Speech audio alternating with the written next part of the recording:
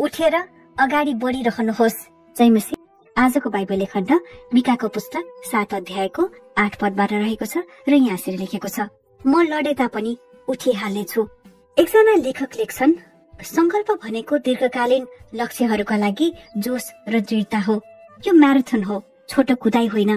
तपाई केवल दौडिरहनु भएको छैन, तर बाटोमा तातो हुँदै पनि गइरहनु भएको छ।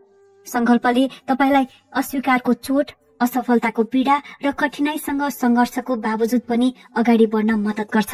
जीवनले तपाईलाई लडाउन खोज्दा तपाई तलै बसेर हार मान्न चाहनुहुन्छ होला, तर संकल्पले तपाईलाई हार मान्न दिँदैन। साँचो संकल्प चाहिँ तपाई वास्तवमा के चाहनुहुन्छ भन्ने बुझाइबाट सुरु हुन्छ। जब तपाईलाई थाहा हुन्छ कि तपाई के चाहनुहुन्छ र जब तपाई यसलाई देख्न सक्नुहुन्छ, तब तपाई कडा परिश्रम गर्नुहुनेछ र यसलाई प्राप्त गर्न दृढ रहनुहुनेछ। साँचो संकल्प मनको स्पष्टता, उद्देश्य, जोश, आशावाद, विश्वास, प्रेम, अपेक्षा र इमानदारी पूर्वक गरिएको जिद्दीद्वारा पनि प्रेरित हुन्छ।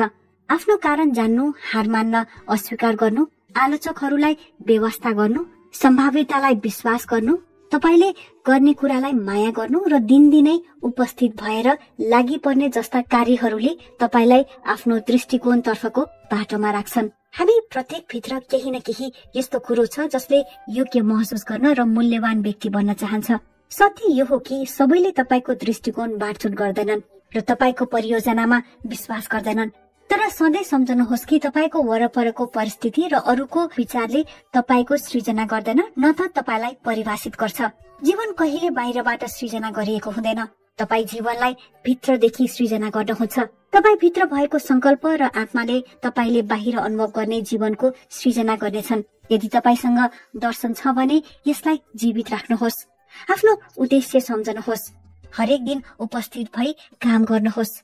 पूर्व अमेरिकी राष्ट्रपति जोन क्विन्सी एडम्सले भने, धैर्य र दृढताको जादुमय प्रभाव हुन्छ जसको अगाडि कठिनाईहरू गायब हुन्छन्। त्यसैले आफ्नो मार्गमा रही अगाडि बढिरहनुहोस् र तपाई सफल बन्नुहुनेछ।